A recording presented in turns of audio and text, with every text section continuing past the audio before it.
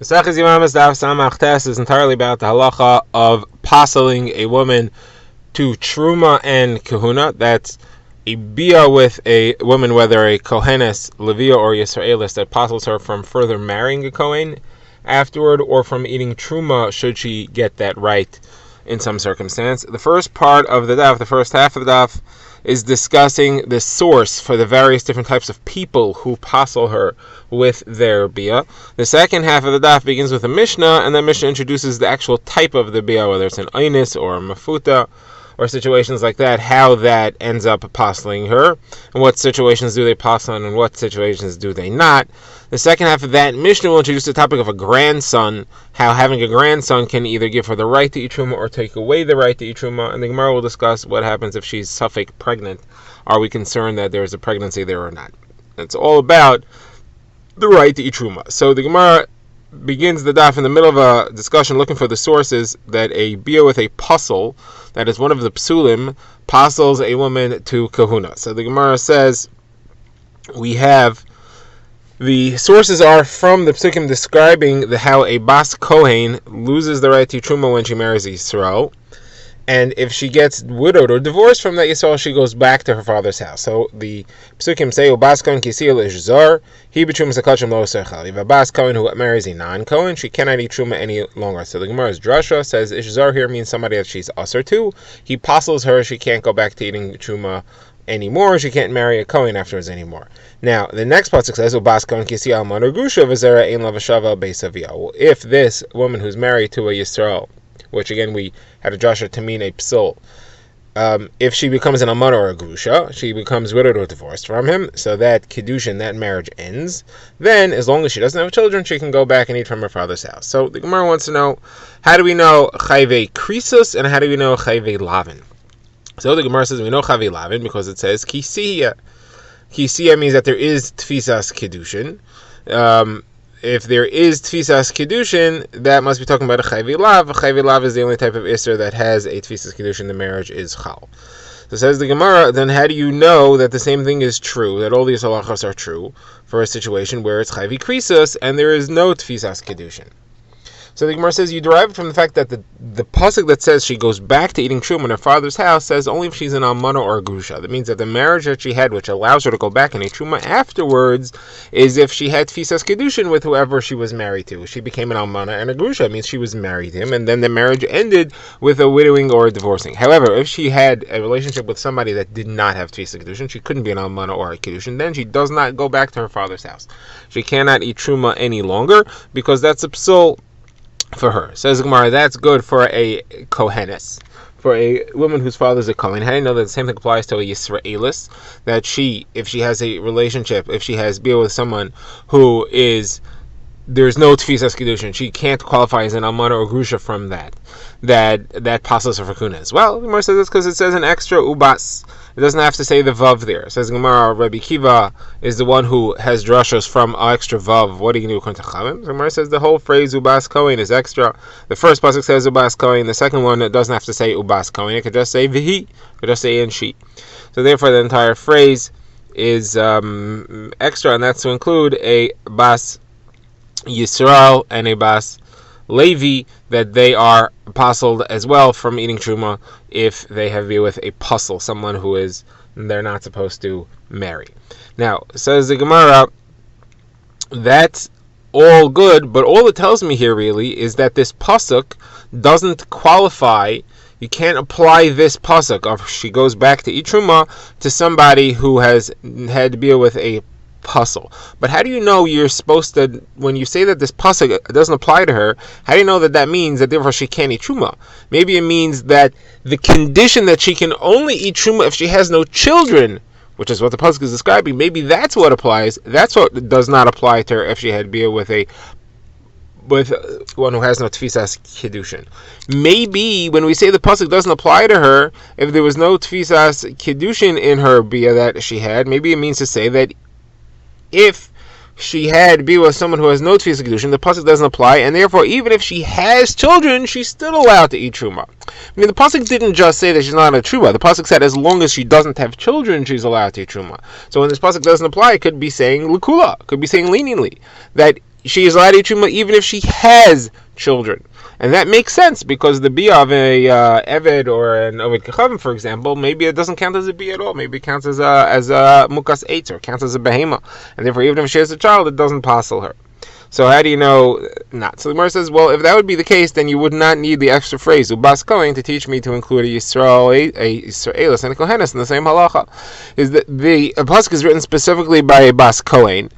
If a bas kohen is not passled from truma, even if she has a kid, and that's what the pasuk means to tell me, by that's the halacha by a bia with a one who has no tfisas kiddushin. Certainly that would be true. That kula would be true for bas Yisrael or bas Levi, but kavachomer wouldn't need the extra phrase ubas kohen to include that. Therefore, it cannot be what it's saying. It must be saying l'chumra. Okay, now, says the Gemara, I have some questions here, though, is what are you going to do according to Rabbi Akiva, who holds that there is no difference between chayve krisis and chayve lavin. You've given me two sources here, a source for chayve lavin, because it says ki sihiyah, we're talking about whether there is tvisas kedushin, and a source for chayve krisis, where it says amano grusha. So it's dafka amano grusha. But according to Rabbi Akiva, there's no difference between chayve lavin and chayve krisis. Both of them have no tfisas kedushin. So my first problem is, why does it say kisiyah? Kisiyah sounds like there has to be a kedushin. According to Rabbi Akiva, there is no kedushin.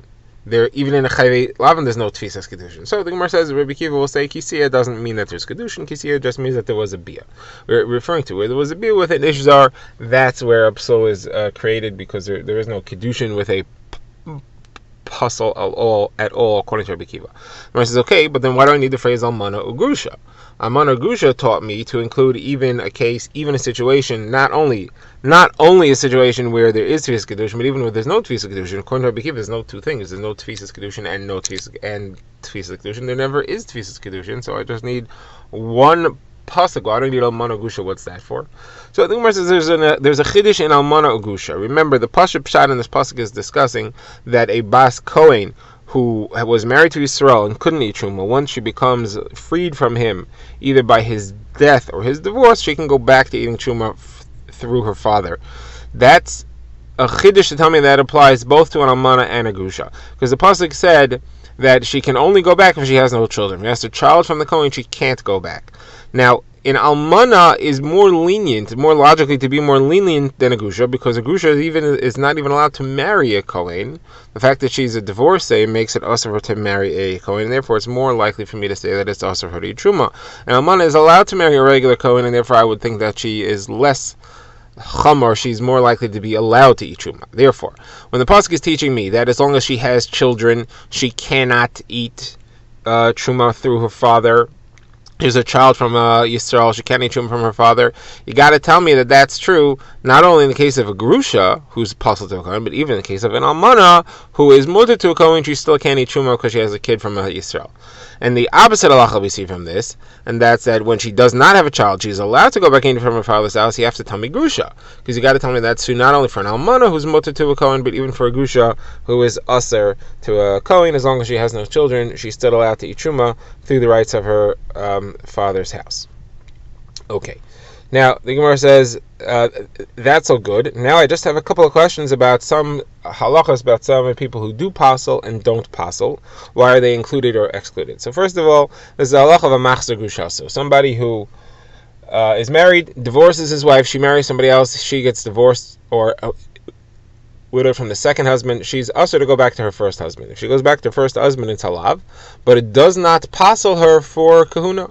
She is allowed to marry kahuna. Let's say it was all almana. Let's say her second husband had died, and then after she remarries her first husband, Be'isr, he dies. She's allowed to marry a kohen afterwards, and she's allowed to eat truma if she ends up going back to her father's house. So why does this Isser of Machzor Gushasei not passel her? We said that any lav passels. So the Gemara says, again, because the limud was from the phrase ish zar. Ish zar means a man who is strange to her. That's a situation in which the man himself, by definition, is an isser to her completely at all times. Not that he became usser at some point because of a machzer gushas. It has to be innately usser even from the beginning. Versus if that's true, so then why does a halal passel a woman for kahuna and truma? The halacha is that a halal is a kohen who lost his status of kahuna because he's either the son of a halal or the son of a forbidden marriage or some other circumstance. A halal who has bia with a woman passels her for kahuna, passels her for truma forever after. But it's not usher. She's allowed to marry him. A regular woman is allowed to marry a chal. It's not usher to marry a chal, but if she does, she becomes passel. But she's not an ishzar. There's no isser. So if we're defining the type of bia that passels a woman as being a bia of isser, a chal is not usher. So why does that create a psul according to the way you're describing it? So the Gemara says the answer to that is because it says lo yichalo zaro ba'amav. In discussing the forbidden marriage of a kohen gadol to an almana, it says lo yichalo zaro ba'amav, that if he will do that forbidden thing, he will be machalo his zaro. So there's a hekesh between the kohen gadol who does the isser of marrying an almana and his zaro and his children, connecting the two halachos. Just like he creates a psul because he's a forbidden bia to the almana, so too his children create a psul, even though they're not forbidden, they're just halalim, they create a psul as well. So now the Gemara has a kasha, but hold on a second. But it said kiddushin, the phrase there was kisiya. So maybe the psul is only created when there's a kiddushin there. Hadin let is created by just a bia. Someone says no, because we'll go back to Kohen Gadol. It said kisachal zaro, a phrase of zaro, of zera. That means that it's something which creates children, so even just a bia creates kiddushin, even just a bia creates the isser, creates the psul. So there's no psul created by kiddushin without a bia, before the bia happens, and you don't need to have the kiddushin along with the bia, even just the bia creates the psul, as we learned from Kohen Gadol where it says zera. Okay, that concludes this part of the Gemara's discussion. Now the Gemara wants to refer back to a brisa we had on the last daf. Brisa brings three opinions as to what type of person passels a woman to kahuna and truma.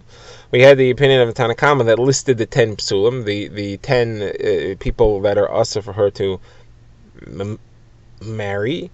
The Rabbi Yossi defined it as anyone whose children are passel, they passel, and Rabbi Shimon ben Gamliel defined it as anyone who you're not allowed to marry his daughter. So I want to know, what is the difference between these three opinions? First of all, the Tanna Kama, who just had a list of psulim, what does Rabbi Yossi mean when he says, no, it has to be someone whose children are passel? What are they arguing? So the Gemara says they're arguing, the difference between them is a dor sheni of someone who his dor shlishi is mutter. The halacha is that a Mitzri and Edomi, if they convert, are not allowed to marry a Yisraelis. Their children are not allowed to marry Yisraelis. They are a Darsheni. But the third generation is allowed to marry. So that second generation, they are us, or they are a passel, and therefore the Tanna Kama would say that they would passel a woman for kahuna and for truma. However, Rabbi Yossi would say they would not, because they don't qualify as someone whose children are passel. Their children are not passel. Children are darshlishi, and therefore they're mutter. That's the difference between Rabbi Yossi and the Tanna Kama. Now, the Gemara says, first, before we move on to Rabbi Shimon ben Gamliel, the Gemara says, what is the source of the machlokas between Rabbi Yossi and the Tanna Kama? The source is the limud from Almana leKohen Hagadol. Each one has a different way of comparing the halachos to Kohen Gadol to an almana. The Tanna Kama says anyone who has a bia be'isser, just like an almana, the Kohen Gadol passels her, and that's a bia be'isser. Any bia be'isser passels. So a dor sheni of a mitzvah or an ademi, that's an avera, that's an isser, and therefore it passels. Now, Rabbi Yossi says no. The key point is that the almana Kohen Gadol, the children are chalalim. The children become psulim. The children of that relationship become a psulim. So in this case of a mitzvah and a demi, the children don't become psulim. The bia does not. The bia of a mitzvah and a demi darsheni does not passel the woman to kahuna and truma, even though it's a ma'aseh iser. Now, what does Rav Shimon ben Gamliel hold? So Rav Shimon ben Gamliel phrases it as long as you can marry his daughter, it doesn't passel a woman to truma and to kahuna. So Gemara says marry his daughter. How is that different than Rabbi Yossi? Rabbi Yossi was also talking about children. Gemara says there is a difference. The difference is a ger amaynu me'avi. And amaynu me'avi, no matter how many generations removed, is usher to marry a Yisraelis. However, in Amoinis or Mayavis, a female Amoini Mavi is permitted. Once they are Megayer, the children are allowed to marry, or even they are allowed to marry, because the Isser is only on the males, not on the females. So says the Gemara, therefore, the machlokes between Rosh Shimon ben Gamliel and the other opinions is that of a ger Amoini Meavi. Once he converts, so now he is usher to marry. He is an Isser.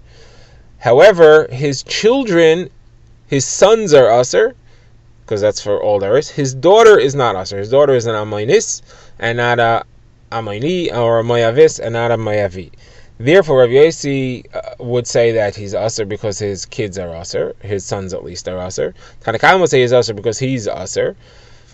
He apostles, that is, because he's aser. Rav Shimon Gamliel says no, he doesn't apostle because his daughters are mutter. And again, the limud of the source of this machlokas is the comparison to Kohen and Gadol. The Tanakama says, well, there is an Isser created by this bia, so therefore it apostles. Rabbi Yossi says some of his children are apostle, therefore it apostles, just like a Kohen Gadol's children are apostle, and therefore this apostles. Rav Shimon ben Gamliel says no. Kohen Gadol, all his children are apostle, and therefore the only thing that apostles is something similar where all the children of that marriage are apostle, as opposed to this, where some of the children, that is the females, are not apostle, and therefore this does not apostle the woman in the relationship to a Kohen, to Kahuna, or to Truma. Let's take us to the next Mishnah.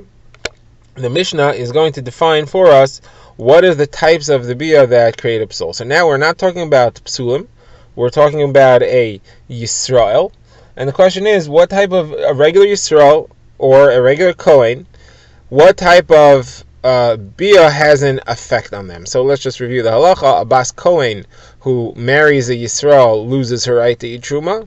A bas Yisrael who marries a Kohen gains the right to eat truma. The Mishnah here discusses what about a onus, a mafata, and a shota. It's not a marriage, but you had a rape or a seduction, or the man in the situation was a shota. He's not functional, and therefore he does not qualify as being able to do a kinyan. So the Gemara says it does not have either effect. His bia, if he is a Kohen, does not give her the right to eat truma. In all these, the onus, the mafata, and the shota. If he's a Yisrael and she's a bas Kohen, it does not take away the right to eat a truma. It has zero effect. However, the Mishnah points out, if they are psulim, not Yisrael, then it would have an effect even through a bia of an onus, a mafata, and a shota, as we've been discussing up till now. Now, the Mishnah goes through some cases specifically. So it says, let's say you have a Yisrael who has a bias, onus, mafata, or shota with a bas Kohen. So it doesn't have an effect. She's allowed to continue to eat truma. Now, if she becomes pregnant, she's now forbidden to eat truma, because as we said, pregnancy always takes away the right to eat truma, whether for a bas Kohen or an Ashes Kohen.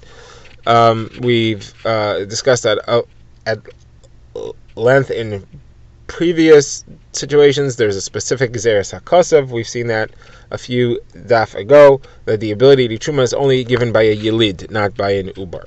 So as long as she's pregnant, she's aser to eat truma, whether she was a bas Kohen or she was a bas Yisrael and he's a Kohen. Now, if she gives birth, now if she was a bas Kohen, she now has a child from Yisrael, she is now aser to eat truma.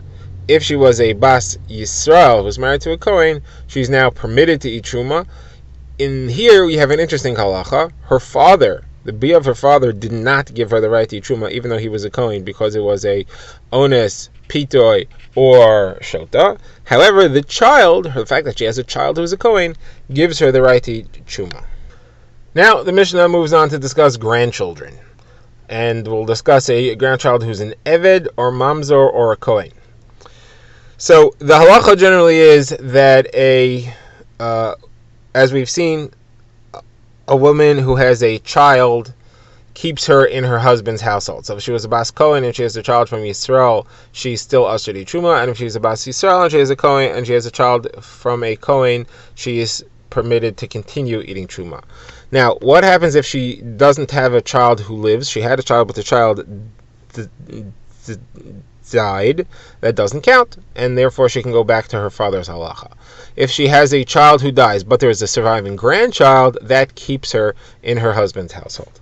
Now, what if that grandchild is an eved? So the Gemara said an eved doesn't count, and he's not misyaches to her, and therefore she goes back to her father's household. So you have a bas kohen who has a child from a Yisrael, she can't eat truma. If that child gives birth to if that child is together with a shifcha, so the child of that relationship, that was an usher relationship, but the child of that relationship is an eved, then the child of the bas kohen here, if he dies, so he's no longer involved, but there's a grandchild now who's an eved. That grandchild is not misyaches, does not have an effect on his mother. So if his mother was a bas kohen to Yisrael, she goes back to her father's household and eats truma. If it's bas Yisrael to a kohen, it does not go back to her. She goes back to her father's household, she cannot eat a truma.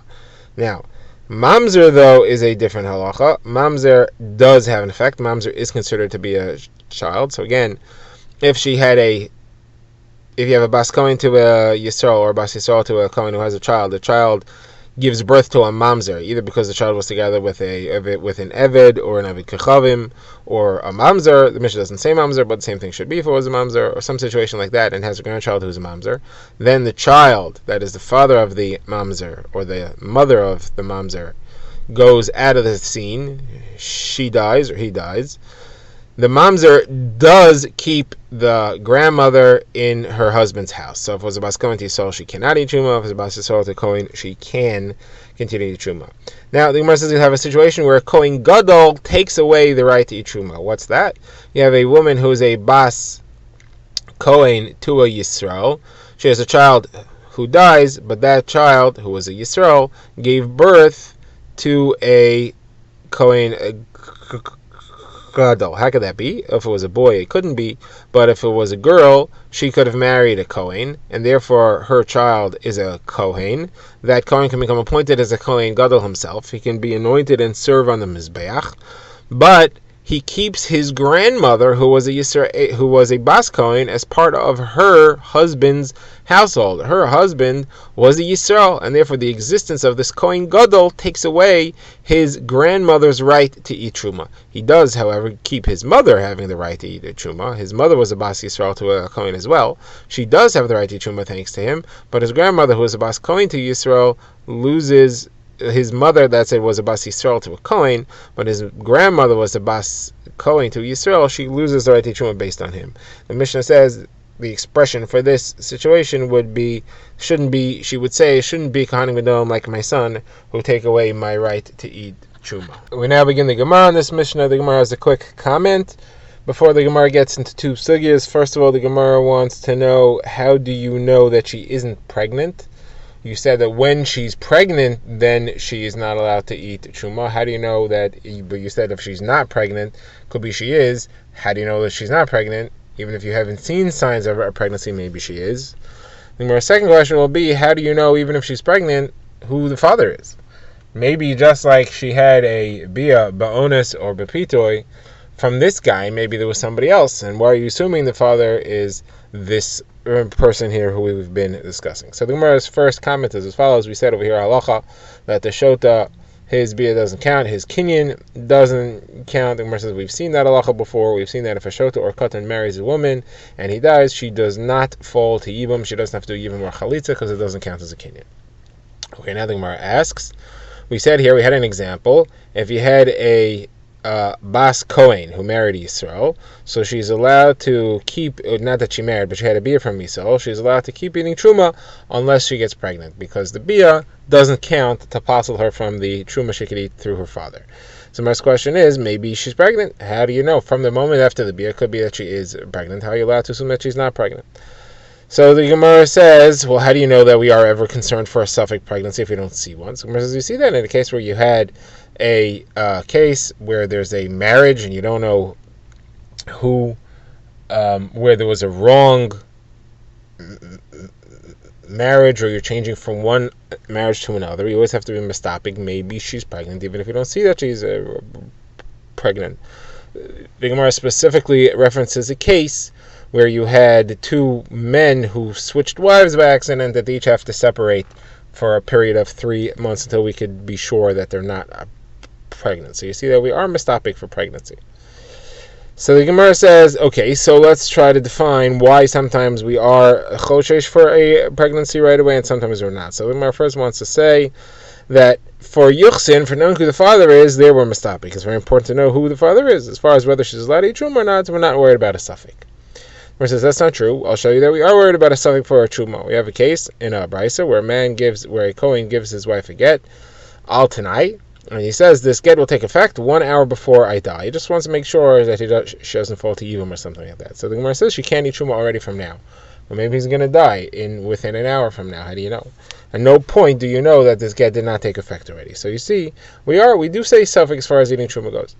So the Gemara says, okay, we'll have a different way of defining when we're choshesh for suffix and when we're not, as far as pregnancy goes. When it's a question of a marriage, or it's a question of aznus. For aznus, she knows she doesn't want to get pregnant, so therefore she takes steps post-coital contraceptive. She turns herself upside down, or whatever it is that she does. She makes sure that that doesn't happen. Therefore, in this case here, in our Mishnah, where she had a onus or a pitoy, she'll take steps to make sure she won't become pregnant. However, the brisa you asked from where they switched wives, she thought it was her husband. So she did not take steps to avoid pregnancy, and that's why there is a suffix there. So the Gemara says, but it's not correct to say that by Nisuin, whenever it's a marriage, we are choshesh for a pregnancy, because I'll show you a case where we're not.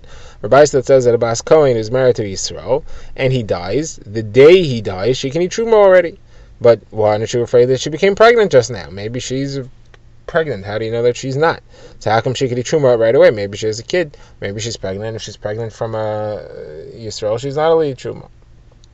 So Gemara says, so over there what it means is she's allowed to eat truma for the first 40 days, and that's because the first 40 days of a pregnancy, it doesn't count as a pregnancy. It's too little. It's just considered to be Maya Ba'alma, Rashi says. Therefore, it doesn't count. It's not a pregnancy until it's 40 days in. The Gemara says Maya Ba'alma. It doesn't count until day 40. So, therefore, when we said she can eat truma, we meant for the first 40 days. After that, she can't eat truma anymore. So the Gemara says, so then how come the brisa there continues, and it says that 3 months later, it turns out that she was pregnant, then she owes back the truma she ate. But she couldn't eat truma after 40 days. So Gemara says, yeah, we're talking about where she ate truma, she wasn't supposed to. She wasn't supposed to eat truma after 40 days. If she ate truma anyway, and it turns out she's pregnant, then she owes it back up until, in reverse, from the 3 months until day 40. From day 40 and earlier, she doesn't owe because that was not a pregnancy at all. Okay, this concludes this discussion in the Gemara. The Gemara now goes to the topic of how do you know that even if she is pregnant, she has a child, how do you know that this is the father? Maybe we should be concerned that just like she had bia with this person, she was obviously hefkan, she had bia with somebody else. So there's two versions of this Gemara. It's going to be a machlokes Rav and Shmuel, and they're going to try to bring a proof from this Mishnah that we don't have that concern. So the first version of the Gemara is a machlokes between Rav and Shmuel. The case, according to this version, is if somebody has bia with his arusa before nisuin. That's forbidden, obviously, but he did it anyway. So he had bia with an arusa before nisuin, and then they have a child. The woman has a child. So that if it's his child that's born out of wedlock, but it's not a problem. There's no psul in the yichus of the child, but maybe just like she was mafka herself to him when he was usher to her, maybe she was mafka herself to somebody else. So the Gemara says that Rav says actually the child's a mamzer and is considered to be a mamzer vadai. Shmuel says the child's a suffix mamzer. So now the Gemara says the machlokes between Rava and Abaye. In what case did Rav say that it's a mamzer vadai? So according to this version, Rava said Rav was only talking about where she was suspected of interactions with other people. She had suspicious behavior to other people. That's where Rav said she's a mamzer avadi. If didn't have any indications of any wrongdoing, you didn't have any other suspicious activity, then there wouldn't be any issue at all. Says Rava, how could you prove that? So if you look at our Mishnah, in our Mishnah we don't suspect any other activity. We assume that the only bia she had was from this guy that we know she had a bia to. Here also, we know she had bia with her arusa, with her aris. So in our case, we don't suspect any other activity. Now, what's the case? If it's talking about where she was suspected, she was involved, she was under suspicion for other people, it wouldn't make sense. How would you fit that in? Why would Rav say she's a mamzer vadai? Why would anybody say that we're concerned in that case of the arusa that maybe the child is from someone else, but in our case we're not? So obviously it's got to be that we're talking about, our Mishnah is referring to where she did she did not have any suspicions of being together with anyone else. There was no suspicious activity on her part as relates to anyone else. And that's why our Mishnah, we don't suspect that this guy is not the father. Now, if Rav is talking about that case, so then Rav couldn't say then that we say it's a vadai mamzer. Where would you get that from? Our Mishnah doesn't suspect anybody else. So Rav couldn't. Obviously, Rav's talking about a case where she had suspicions with other people, and Rav says that there's a case of mamzeris. Now, in Rav's case, it's even stronger, because the one person that would not make the kidei mamzer is her arusa. She's kind of mutter to him, not really mutter, but not as usher as everyone else. So still, Rav is concerned that she had to be from everybody else. So in our case, where they are both be'isser, so now I would understand. You can assume that this was the guy and nobody else was the guy that was involved. Now, the Gemara says that Abai has a kash in this. Abai doesn't accept it. Abai says, no, I really tell you that Rav is talking about in a case where there weren't suspicions. And you want to know, how come then in Rav's case we assume that there was somebody else, and in our Mishnah's case we don't? So say our Mishnah was talking about a case where there was no access. This guy and the woman were both locked in prison. There was nobody else around. That's why we don't have to be afraid that that this person is not the father. But you can't learn anything from there to Rav's case. Rav is talking about any case, even if there's no suspicion of anybody else, Rav will still say the kid is a mamzer. This is all the first version of this Gemara. The Gemara brings a second version. In this version, there was no known bia between the Aros and the Arusa. All we know is that the Arusa is found out to be pregnant and she has a child. And we have no reason to believe she was with him more than anyone else, at least not according to the way Rav and Shmuel say over this machlokes. So the way they say it is Rav says, again, the baby's a mamzer, and Shmuel says the baby's a safek mamzer. And Rava argues with Abaye, what case was Rav talking about when he said that's a vadai mamzer? So now we have to divide the levels of suspicion into 4 categories. So the most suspicious, the level of suspicion that would be most leaning towards mamzer was if she had suspicious activity towards other people and no known suspicious activity towards her ars. That's most indicative that she's a mamzer. If she had suspicious activity to both of them, that would be one level lower. If she had suspicious activity with her arus and not with other people, that would be even less reason to believe that the child is a mamzer. And Abai is going to bring in our 4th level, and that's if she didn't have any suspicious activity at all. So the Gemara quotes Rava. Rava says that it has to be that the case where Rav said that he assumed that the child is a mamzer, that it's the most likely that she had suspicious activity towards other people, but not towards him. How do you see that? Because look in our Mishnah.